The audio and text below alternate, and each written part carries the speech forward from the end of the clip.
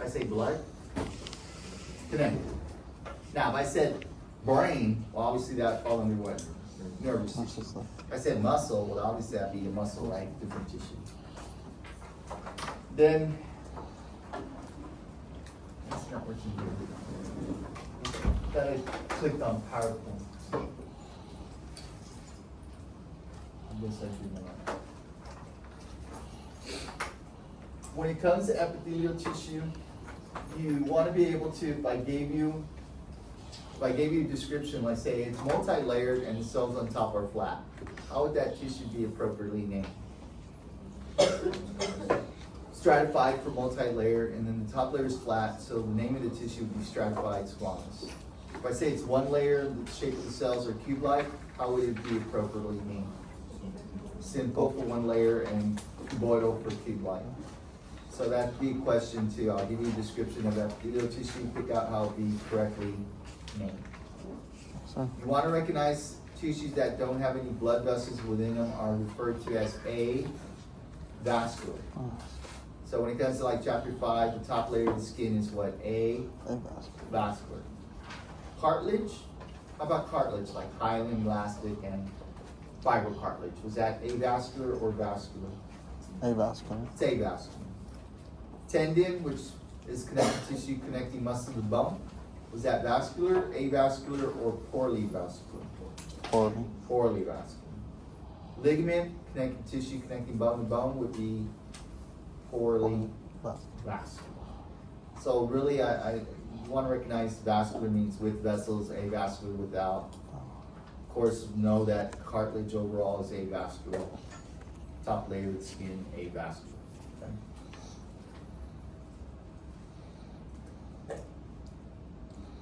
Some cells will have certain features that you may not see on other cells. I still need you to recognize the difference between cilia and microvilli. Cilia are proteins to help propel substances like mucus, right? So here you find it like in the inner cavity of the trachea, your windpipe. What was the purpose of microvilli? To make the cell better at doing absorption, okay? Some cells may have a tail. You want to recognize like your nerve cells, they have a tail to communicate with targets. What was the name of the tail for the nerve cell? It's an axon. Then the branches were communicated to as a dendrite. Anyway, let me finish off this. I need you to know the difference between endocrine versus exocrine glands. Which type of glands, they make a product and it travels through a duct, which is a tube. Would that be endocrine or exocrine? Were there any extras? Anybody have an extra? Or no extras, right? On the review sheets? Okay, so I'm just going by based off memory. I'm not looking at the review sheet then. What is the difference between endocrine and exocrine? What are you looking at here? Are these endocrine or exocrine glands? They're endocrine. They're exocrine. What makes it an exocrine gland? It makes a product and it's traveling through a tube, a duct. So, I guess that's the last slide. What about endocrine glands? Well, let me give you first example of exocrine. Exocrine glands, like you see here, could be like a sweat gland, oil gland, salivary gland. They're making a product, something, and it's traveling through a tube that we call a duct, okay? Majority, pretty much like 99.9% of glands, don't matter if they're exocrine or endocrine, are made up of what type tissue? Is that muscle, nervous, epithelial, or connective? Epithelial. It's epithelial. Well, how many layers make up the tube? Simple or stratified? Simple. Simple. Shape? Cubical. Cuboidal. So yes, Oh, 99% of glands are epithelial. Okay. So exocrine, they make some product, travels through the duct. Example: sweat glands, oil glands, salivary glands. Okay. Now, what about endocrine glands? They made hormones. How do hormones travel? to the In your bloodstream. bloodstream. So endocrine glands are glands like testes, ovaries, thyroid gland, etc. But the key is they make hormones and they travel in your bloodstream. So know the difference between endocrine and Exocrine. exocrine, and know that they're made up of epithelial tissue. Okay. All right, let's get back to regular view. What else is in here I want you to recognize? All right, let me go to the second PowerPoint.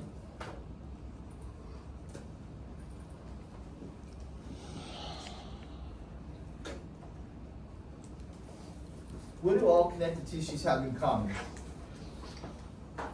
They're from They come from an embryonic tissue called mesenchyme, was one, and they all have a non-living component called the, what's the non-living component referred to as? The matrix. The matrix. So they came from an embryonic tissue called mesenchyme, and they all will have a matrix. What's the matrix? non-living. It's the non-living component, which is anything non-living like proteins, minerals that go under what's called ground substance, right? And you may more likely see fiber types in the matrix. So matrix consists of ground substance, anything non-living like minerals, proteins, or in one of these three fiber types, or if not more.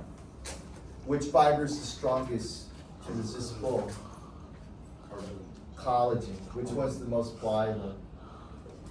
Elastic. And what's in between? Reticular. So all connective tissues, they'll have a non-living component called the matrix, which consists of, you need to know, ground substance and one of these fiber types. Recognize the strongest fiber is collagen, the most pliable is elastic, and somewhere in between is called reticular. So if I have a question and I say, true or false, the matrix consists of cells, ground substance, and fibers.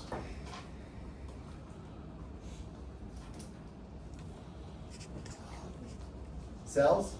Is that No. living or non-living? Those are living. It's living. Cells can replicate. So yes, you find cells in connective tissue, but technically it's living. So it's not part of the matrix. The matrix is specifically non-living. Non-living. Yeah. Ground substance and fibers. Fibers. So you gotta be careful on that. Now I need you to recognize when it comes to tendons, ligaments, that they're collagen fibers to resist pull. So a tendon ligament is made up of what's known as dense, what? Regular. That means the fibers are going in how many directions? One. One. Whereas dense irregular, you have collagen fibers again, but they're going in many directions. So many directions can resist pull in many, like around making up your joint capsules. Whereas tendon ligaments is just dense regular, they only go in one direction. And I will need you to know tendons and ligaments are poorly vascular. It can heal if you have a slight tear, but if you rupture it, cut it, and it's not gonna heal. You'll need some type of surgery. What is the major function of, well, let's see adipose tissue. That's what type tissue? Well, yes, it's fat, but what major tissue type does it fall under? Connective. What's the major function? Storage of fuel reserve. Okay, yes, it can insulate the body a little bit to prevent heat leaving the body or provide cushioning, but the major function is a fuel reserve. Going back to epithelial tissue, where do we find epithelial tissue? On the skin and Top layer of the skin, that's called your what? Cutaneous membrane. Where else? All the inner lining of your organs, together it's referred to as mucous membrane. And then they also make these membranes surrounding your organs known as serous membranes. So there'll be a question, I'll give you the definition. This epithelial tissue makes up membranes around your organs. Would that be serous, cutaneous, or mucous? Serous. If I say this epithelial tissue makes up the lining of your skin, the top layer, would that be cutaneous, serous, or mucous? Cutaneous. If I say this lining of epithelial tissue make up the inner lining of your organs, together it's referred to as mucous membranes. Okay. What is the advantage of having stratified epithelial tissue? Protection. So you find it where areas of friction occur. And that was another PowerPoint. What is the advantage of just one layer? stretching and diffusion. Diffusion. Things can cross over quickly. Okay.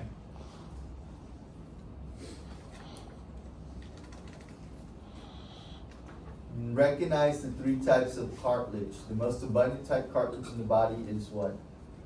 Hyaline. Where do you find hyaline? At the end of long bones, lining the sternum to the ribs, your trachea as well, and your nose. Which one's the least abundant? Elastic. Only two areas, your ear, and where else? Oh. The epiglottis, that prevents solids, liquids going down your trachea when you swallow. The one to absorb compression was known as fibrocartilage. So what is the fibrocartilage in the knee called? Do y'all remember? It's called the meniscus. What was the fibrocartilage in between your hip bones called? Pubic symphysis. Where else do you find fibrocartilage? In between your vertebrae, make up disc, okay? Intervertebral disc. What is the fancy name for a cartilage cell? What were the name? Chondrocytes, right? Cyte means the cell's now what? Mature. It was once a chondroblast. When does it become mature? When they get trapped in the tissue itself, right? Just like you saw an osteoblast or bone. When does it become osteocyte? When it gets trapped in the bone. So know the types of cartilage. Know that the cells that make cartilage are called chondrocytes. Recognize neurons. What is the job of your nervous system? To maintain what? Homeostasis. So some features of a nerve cell, which is another name for neuron, is they have a tail called an axon, so they can communicate to targets. They also have branches here called dendrites where other neurons can communicate to it by release of chemicals.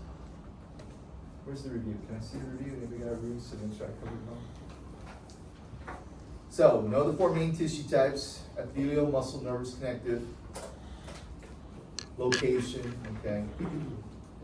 What tissue type makes up tendons, ligaments? It's connective tissue, right? Dense, regular, or dense, irregular for tendons, ligaments? Regular. Dense, regular. When it comes to the capsules around the joint, the two bones meet, then it'll be dense, irregular. Know that it's what? Poorly vascular. Cartilage is what? Avascular. Bone is very well what? Vascular. You'll have blood vessels, nerves going through these little openings. What was the functional unit of bone called? What are these ring patterns called? They're called osteons. So that's the, what we say, structural or functional unit. Which tissues throughout your life are continuously doing mitosis? I know cartilage don't. Muscles tend to get larger by adding repair, by adding more protein. Which ones are constantly doing mitosis throughout your life? Epithelial. Where's our picture? Oh, it's in the other PowerPoint. Like in the top layer of your skin. And over time, you make copies, they may copy themselves incorrectly, so they're most susceptible, this type of tissue, to somewhere down the line becoming cancers. What's cancer mean? How do you know when something's cancerous? The cells or tissues copy themselves incorrectly, but they have to have the ability to what? Metastasize. And you know that term. Metastasize means to what? Spread. If cancer is life-threatening, do y'all remember the term for life-threatening? It's malignant. If it's non-life-threatening, we say it's benign. So here it says which tissues can regenerate throughout your life? Pretty much the epithelial cells. Know the three membranes types of epithelial tissue. That was the cutaneous membrane, top layer of your skin, mucous membranes, inner lining of organs, and then the ones making the membranes around the organs is serous membranes. Differentiate between endocrine and exocrine glands. Endocrine glands make hormones and they travel in the bloodstream. Exocrine glands make some product and travels through a duct. Both glands, 99%, are what type tissue? Epithelial. Know what cancer is? Cells copy themselves incorrectly, but they have to have the ability to metastasize. Which tissue type is most susceptible to cancer? Epithelial. Elio. Why? Because it's always doing mitosis. This You don't need to know this, but how does cancer spread? Yeah, how does it get in the bloodstream? Through the lymphatics. Once it enters your lymphatics, then it's put into your bloodstream, then you can get it right in there. It's because the fluid in between your tissues and vessels is called interstitial, right? So the tissue there has interstitial fluid around it, which can, some of the cells can enter along with the fluid into your lymphatics. Okay? So mainly your lymphatics. Know the 3 germ layers. Germinate means to form. So when you develop as an embryo, there's 3 tissues that form every tissue in the body. I want you to know that the ectoderm forms the top layer of your skin, which is the epidermis. And then you have dermis, and hypodermis is formed by mesoderm. Okay? If you want to know what endoderm forms, it forms all your inner lining of organs known as mucous membranes. Okay, what do all connective tissues have in common? What did we say? All connective tissues will come from an embryonic tissue, one called what? Mesenchyme, and they'll also have a matrix, which is what? Ground substance fiber. and fiber types. The strongest fiber again is which one? Collagen. I'm trying to find it here somewhere. So it's collagen, elastic, and then Collagen, elastic, and reticular. Okay. I need you to know cartilage is what? Vascular or avascular? Avascular. I would like you to recognize bone is very what? Very vascular. Whereas tendon and ligaments are poorly vascular. What is the matrix? Ground substance and fiber types, the non-living component. Do you find fibers in blood? Blood is connective tissue, but you're not going to see fiber types. So what makes up the matrix? What's non-living traveling in blood? Non-living. What's transported in blood? Gases, nutrients, hormones, waste products, and minerals. So all that is part of the matrix of blood.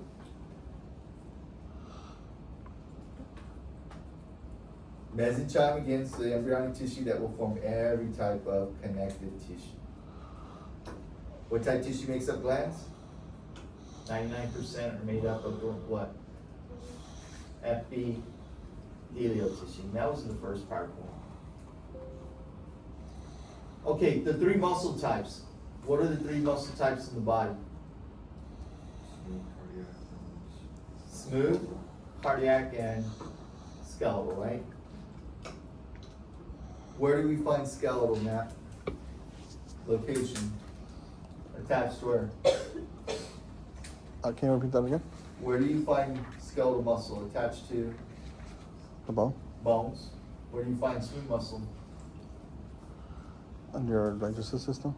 Most often you're going to find smooth muscle in the walls of organs where the organ's pushing a solid or a liquid. Liquid. So that would include like the digestive organs, some urinary organs like the bladder, the ureter, portions of the urethra, blood vessels as well. Okay, so for me, I just like to say you'll find it in the walls of organs pushing a solid or liquid, most often. And cardiac muscle you find in the walls of the heart. And what is it pushing? Blood. Okay. So if I give you a description, which I will in the exam of a muscle, you'll be able to identify it as cardiac, smooth, or skeletal. So if I say this muscle is striated, has many nuclei per cell, that one gives it away. Involved in voluntary movement, the only one that you can consciously control would be skeletal. Let's say this muscle is striated but has 1 to 2 nuclei per cell, has special connections called gap junctions found in intercalated discs, so that allows excitation to spread from one cell to the next. Yeah, it's cardiac. If I say this muscle only has 1 nuclei per cell, you don't see striations under the microscope. Most often in walls of organs pushing solid liquid would be smooth. So I'll give you a description of one of the 3, be able to recognize which one it is. Questions on chapter 4? Look it over.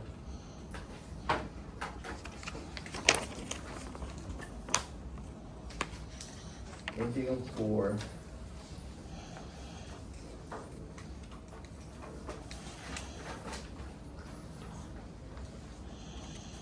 Dense regular, collagen fibers can resist pull in how many directions? Dense regular, connective tissue. One. Dense irregular, many. Okay? And it's poorly vascular. What's the major function of adipose? Fuel reserve. What type tissue is it? Connective.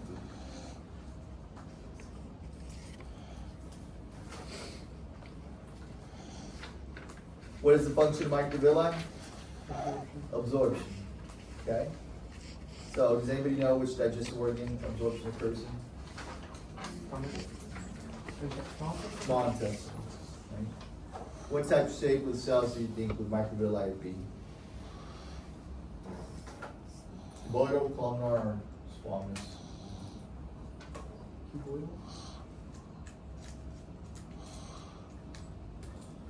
Right. The columnar. Oh, okay. Okay. Because it could be doing either secretion or absorption. It's just the way it is. I don't have a specific answer for that. Which collagen, which fiber is the strongest? Collagen. Collagen. Which one's the most pliable? Elastic. Elastic.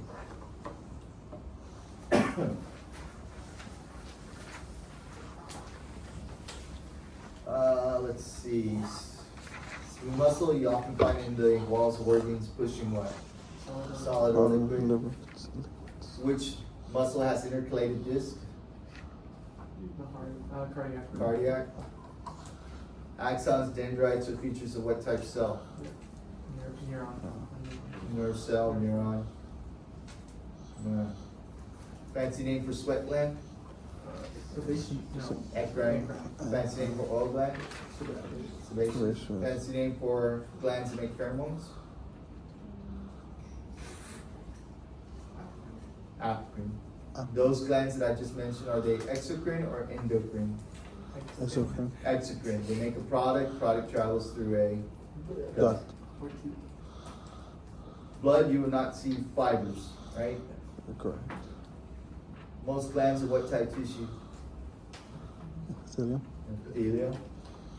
What feature that you'll see on some cells to help propel mucus?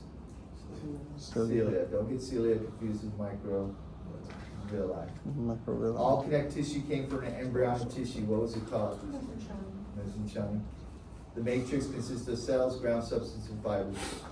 Yes or no? No. Cells Not are the living. cells. Cells are living organs. Mesoderm forms the top layer of your skin? No. No, ectoderm. Okay. Mucous membranes line the outside of organs or the inside? Inside. No. Mucus Wait. inside. Ah. Outside's the cutaneous. Okay.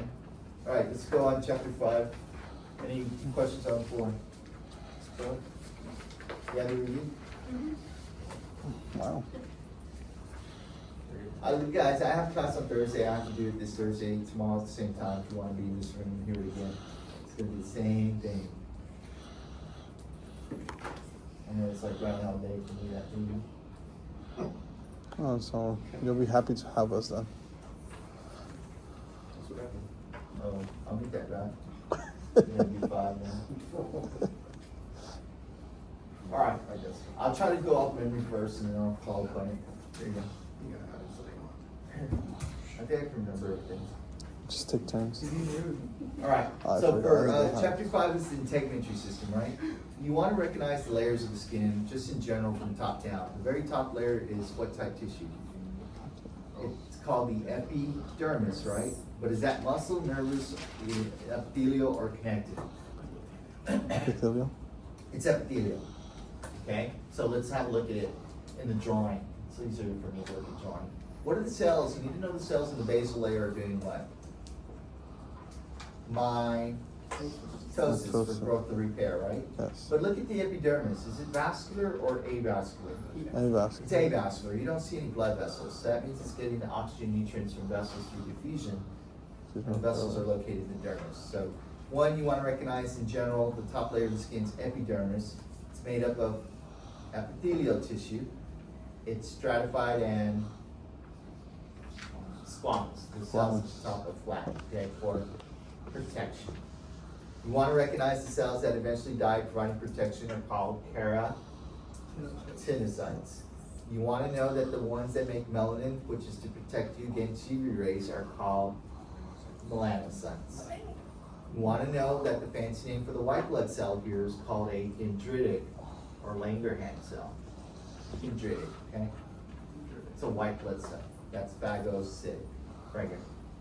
The name's down here though. So, okay. And the fancy name for the touch receptor was called tactile Tactile. or Merkel cell. So, the ones that die for protection are called keratinocytes. The ones that make melanin, melanocytes. Purpose of melanin, please. Protect us against UV rays, overexposure to UV rays.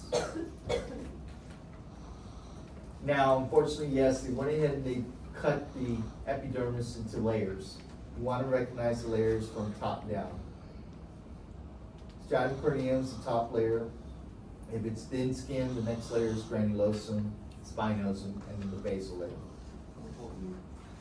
If it's thick skin, like in the palm of the hand, you have an extra layer of keratinocytes here called lucidum, Would it be underneath corneum or? underneath corneum. Okay. So if I ask you to give me the layers from top down in the palm of the hand, you'll see lucidum in between. It's multiple choice, so I'll ask you to pick out the correct one, okay?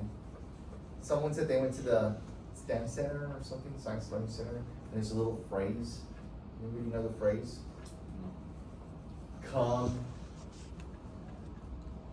get sunburn, representing each word. Come for cranium, get granulosum, spinosum, sun, right, and then burn for basal. Now, if it's the extra layers, come let's get sunburn. I don't know, it didn't make sense to me, but supposedly that little phrase helps someone. I'll get some, bro. So again, I'll have a sequence in the correct order, and I'll ask you either to identify the correct order for either the thin skin, which will not have lucidum, or the thick skin, where you'll see an extra layer here called stratum lucidum. Y'all okay with that? Okay. Now, let's look at the next layer, the dermis. What type tissue is the majority of the dermis made up of? Muscle, nervous, epithelial, or connective? It's a little bit of everything. So that is. You got collagen fibers, elastic fibers.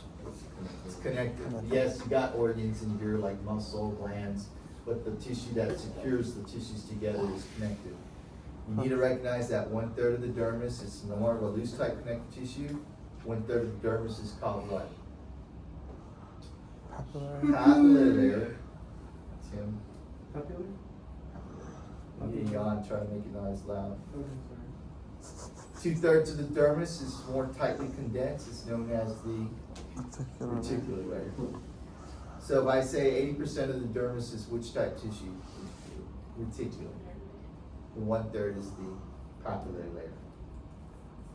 The third layer down is known as adipose tissue, but they refer to it as the hypodermis. Hypodermis.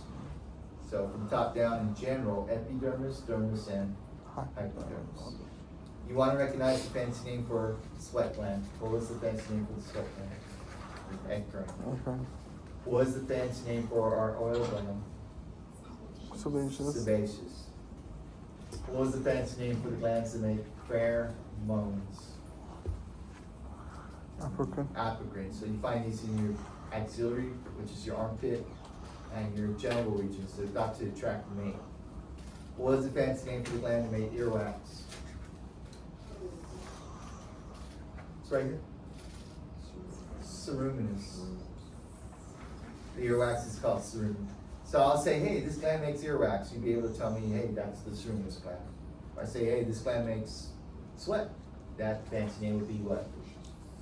Eccrine gland. If I said it made oil, then it would be the sebaceous gland. And these are examples of exocrine or endocrine. They made a product, travels through a duct. These are examples of exocrine. Again, endocrine glands that make hormones. Okay? All right, you want to recognize the smooth muscle that raises your hair follicles when you're cold is called what? The erector pili muscle. Okay. Can you consciously control smooth muscle? No, the only one you can control is skeleton. Now,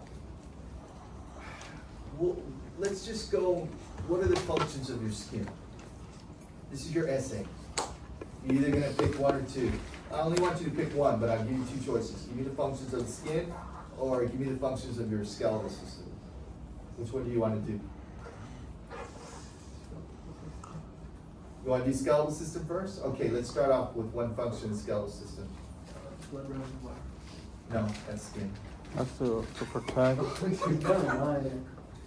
Protection. Protection. Okay, give me examples though. How's the bones protecting you?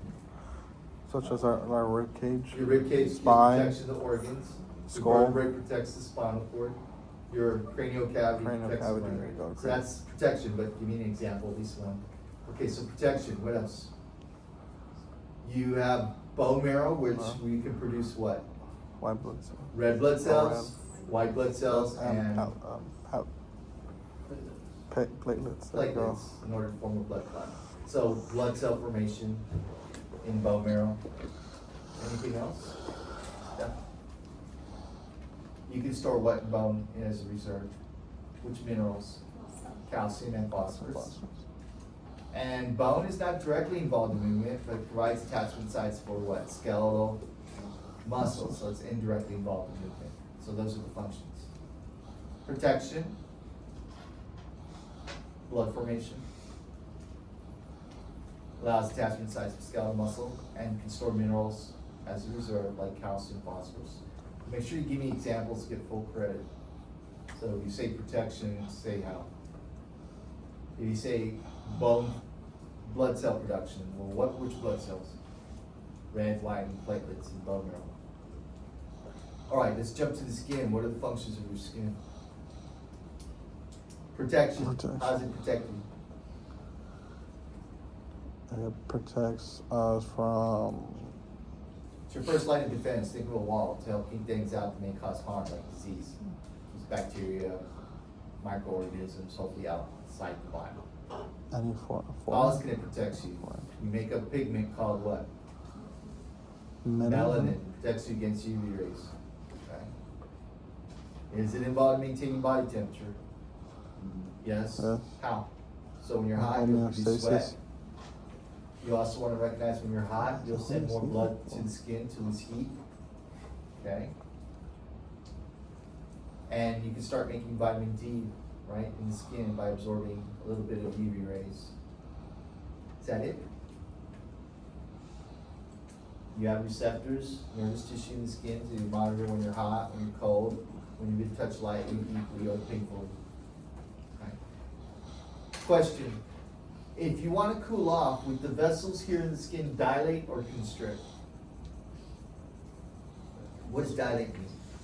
Open. Open. Would they open more or constrict?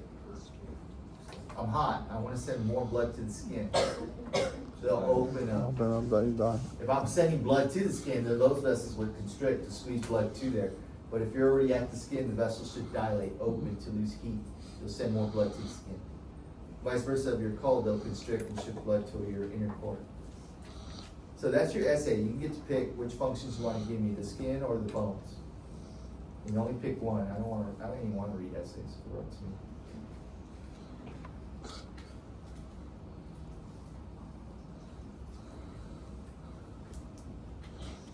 Can I give you a pinpoint instead?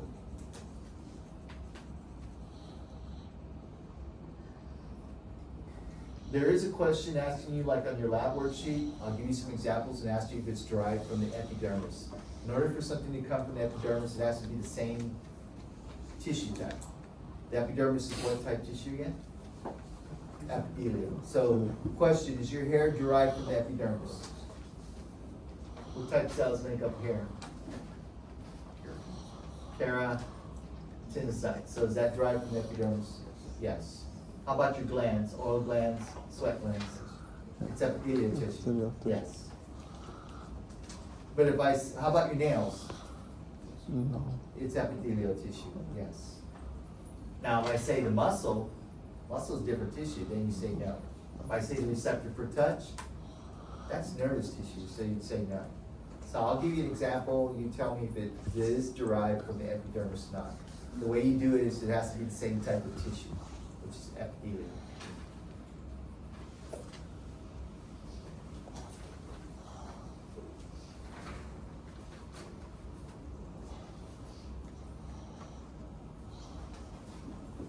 How do you know when something's cancerous? The cells are copying themselves incorrectly, but they have to have the ability to do what?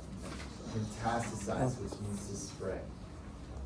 Don't forget the term for life-threatening is malignant. The term for non-life-threatening is benign. Which type of skin cancer is the most malignant because it can resist therapy and spread fast?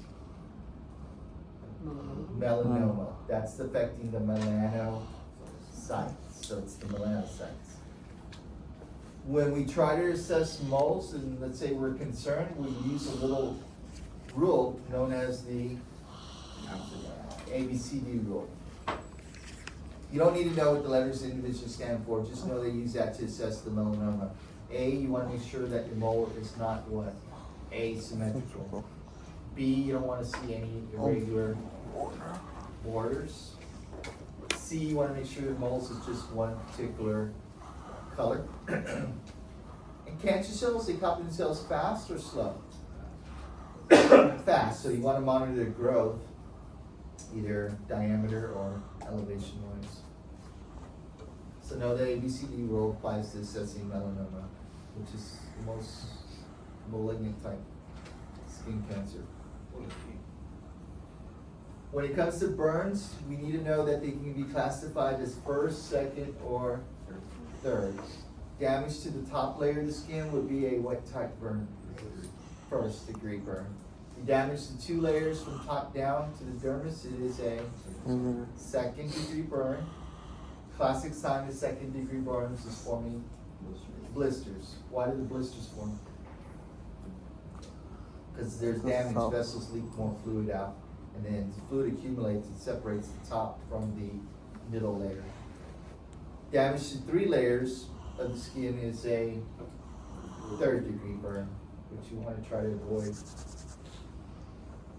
Can frostbite be classified as first, second, and third? So instead of heat, cold? Yes. So depending on that, frostbite affecting the top layer, that would be first degree frostbite. 2 layers, second degree frostbite, and 3 layers, third degree frostbite.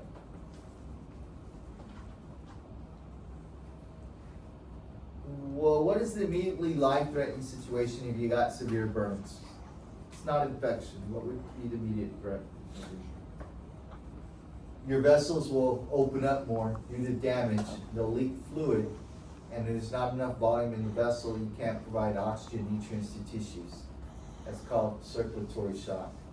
Think of a water hose. If it's got a bunch of holes, you're not going to get the flow of water at the end of the hose. Okay, so the immediate life threat is losing fluids from your vessels, called circulatory shock. Okay. Dehydration is referring to your losing fluid, Matt.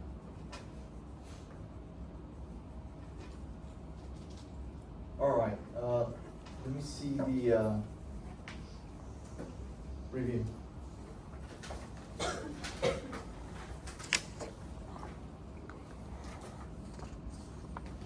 What is the main composition of sweat?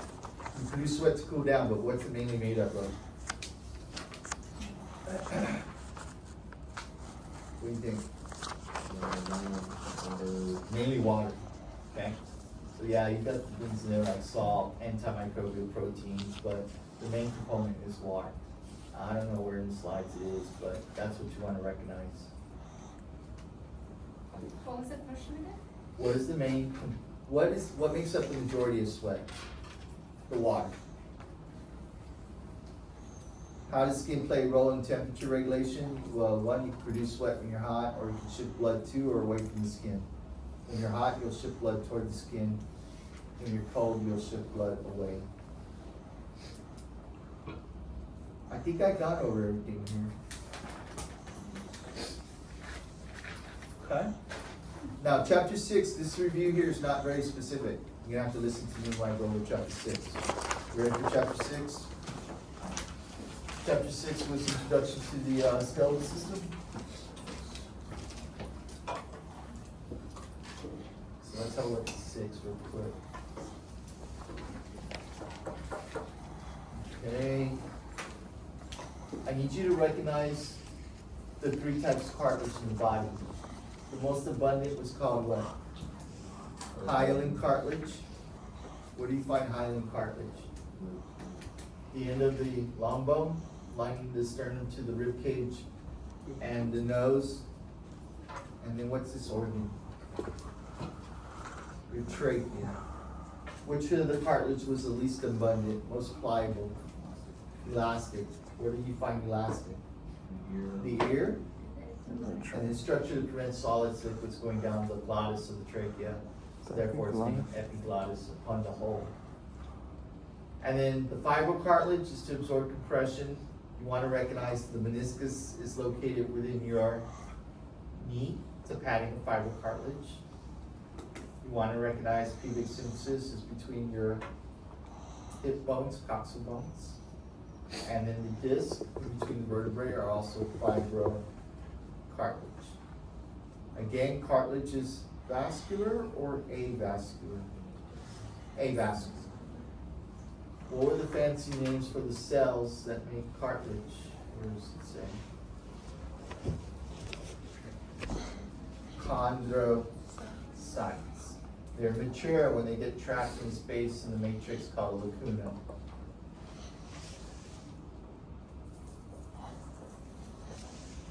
All right, we went over the functions of bone, yes? Protection, give me an example I said, and we did that. Mineral storage, blood cell formation, red, white blood cells and platelets. And can store, like we say, calcium, phosphorus as a reserve. And they're indirectly involved in movement, right? Because they attach to skeletal muscle. Question. Yes? So whenever, with the triglycerides, because I've seen there's some some questions that have answers that says lipid or fat cells, would that be considered as triglycerides? Because Fat is different, well, I mean, triglycerides fat, right? And then when you come to like other types of fats, you can have phospholipid, cholesterol. because I think it was on one of the one of the quizzes we did. It said lipids or fat cells instead of. Question. Would it be like the same answer if Well, we? triglycerides are stored in fat cells. I don't know, I have to look at the question. Okay, I'll try to find it. Wait till lab and we'll go over what to certify what you're looking for, okay? Okay. Now, I need you to know the cells in the bone. Osteoblasts and osteoclasts came from the stem cell, right? Stem cells can differentiate. Which one of these two is bone forming? Osteoblast. Which one is for bone resorption? Osteoclast. Remember, bone resorption means taking out, right? Putting into the blood, so That's right. osteoblast. When does osteoblast mature? When it gets trapped in the matrix and it's in a little space called a Lacuna. So this was now a osteocyte. It was once a osteoblast. Osteocyte. So where are the osteoblasts and osteoclasts located? We know the osteocytes are trapped in the matrix, right? Yes. Where are the osteoblasts? Outside. In the outer connective tissue or the inner connective tissue? Remember the outer connective tissue is called periosteum, and the inner tissue lining the cavity is called endosteum. So that's where you find them. What is the functional units of the bone called? These circular rings? Osteons, or you Osteon. say a version, but it's probably easier osteon. Osteo. What is the matrix of bone? Mainly what? Calcium, phosphate, anything non-living like these proteins or mineral salts. And which fiber types do you see in bone? Collagen. So they're there to resist twisting forces. So that means bone is what type tissue? connected. Okay? And it's very well what? Vascular. I need you to know the hormones involved in maintaining calcium levels. Let's have a look at that. There's two hormones. One's called parathyroid hormone. The other one's known as calcitonin. I think it's in a different PowerPoint.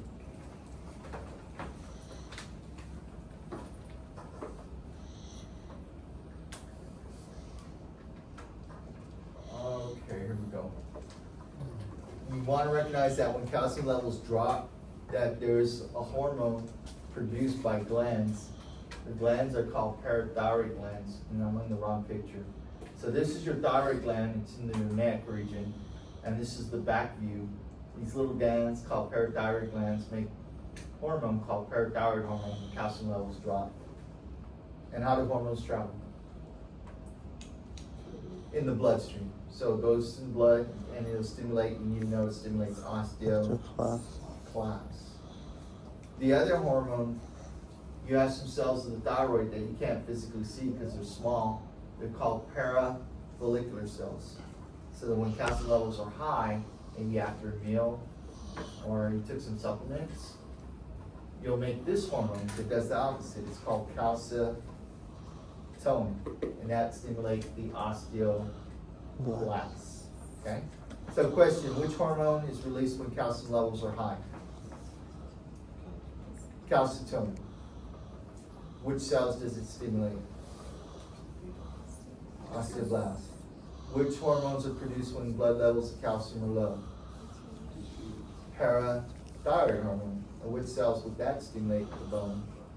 Osteoclast. Osteoclast. Okay. When you make pure thyroid hormone, they also stimulate the absorption of calcium by promoting more production of vitamin D. Remember your skin makes vitamin D? This will also stimulate your organs like the kidneys to make the final vitamin D. Okay. Your skin makes pre-vitamin D, which is not the last product, and then your kidneys convert it into vitamin D. So PTH also stimulates the kidney to make more vitamin D. Now, endocrine or exocrine gland here? The thyroid? Endocrine.